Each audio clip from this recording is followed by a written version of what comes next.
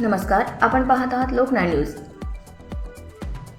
पावसाळ्याची सुरुवात झाली असली तरी अद्याप समाधानकारक पाऊस न झाल्याने शेतकरी आधीच चिंतेत आहे।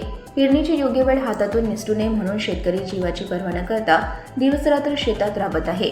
मात्र अशाच वेळी निसर्गाने पुन्हा एकदा शेतकऱ्यांवर निर्दयी घाला घातला।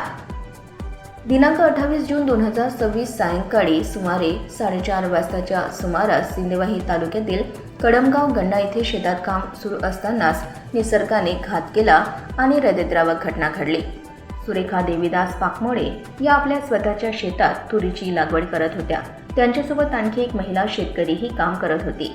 त्याचवेळी अचानक आकाशात विजांचा कडकडाट सुरू झाला आणि काही क्षणांतच वीज थेट शेतात कोसळली।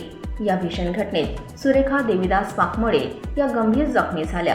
सोबत असलेल्या महिलेने आरडाओरडा करून मदतीसाठी हाक मारली। आवाज ऐकताच शेजारील शेतकरी तातडीने घटनास्थळी धावले आणि जखमी सुरेखा यांना त्वरित सिंदेवाही ग्रामीण रुग्णालयात दाखल केले।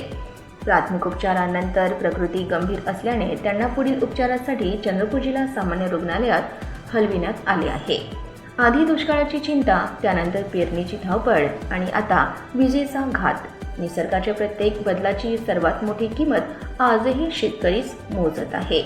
कर्जाचे ओझे, अनिश्चित हवामान आणि जीव धोक्यात घालून कराची लागणारी शेती यामुळे अन्नदाता अक्षरशः संकटाच्या भोवऱ्यात सापडला आहे। शेतात उगवणाऱ्या पिकांसोबतच आता शेतकऱ्यांच्या जीवाचाही प्रश्न निर्माण झाला आहे। पोटाची खळगी भरण्यासाठी शेतात उतरलेल्या अन्नदात्याला आता स्वतःच्या जीवाचीही शाश्वती उरलेली नाही।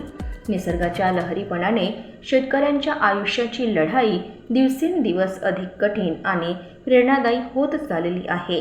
लोकनाळ न्यूज, रोशन खानकुरे, सिंदेवाही।